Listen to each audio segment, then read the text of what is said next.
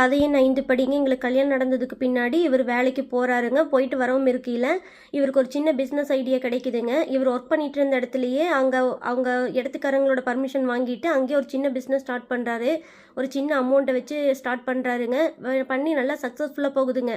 கூட இந்த friend circle இருக்கிறவங்க, ஸோ இது நல்லா போகுதில்ல, இன்னொரு அடுத்த ஸ்டேஜுக்கு நீ போகணுன்னா நீ இன்வெஸ்ட்மெண்ட் பண்ண இப்போ முடியலைனாலும் இப்போ சரி பாதி பண்ணால் தான் இன்வெஸ்ட்மெண்ட் பண்ணால் தான் பார்ட்னர்ஷிப்புங்க. பண்ணினாலுமே நாங்கள் அந்த கொஞ்சம் பணத்தை அவங்ககிட்ட வாங்கி பண்ணினதுக்கு அந்த மீதி பணத்தையும் நாங்களே போட்டு பண்ணியிருந்துருக்கலாங்க.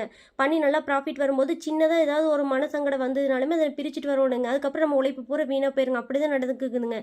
எப்போவுமே நம்மளுக்கு என்ன வருமோ, நம்மளுக்கு என்ன தகுதியோ அதை பண்ணிட்டு போனோம்னா கண்டிப்பாக பிரச்சனை வராதுங்க.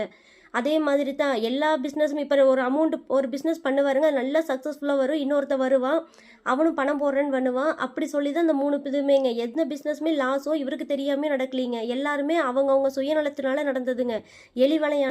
எலி வலையானாலும் தனி வலை வேணுங்க. எப்போவுமே நம்ம சொந்தமாக பண்ணணும்னா ₹1 நமக்கு தானுங்க. அது நம்மளே யோசித்து நம்மளே முடிவு பண்ணிக்கலாங்க.